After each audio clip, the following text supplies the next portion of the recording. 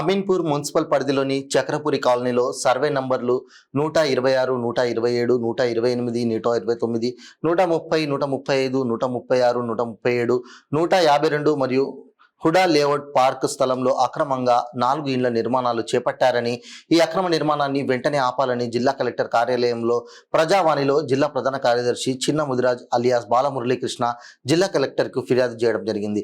ఈ సందర్భంగా ఆయన విలేకరులతో మాట్లాడుతూ అమీన్పూర్ మున్సిపల్ కార్యాలయంలోని టౌన్ ప్లానింగ్ విభాగానికి ఇదే విషయంపై గతంలో 2 సార్లు ఫిర్యాదు చేశామని, అక్కడ మున్సిపల్ కమిషనర్ ఫిర్యాదును పరిష్కరించిన పాపాన పోలేదన్నారు.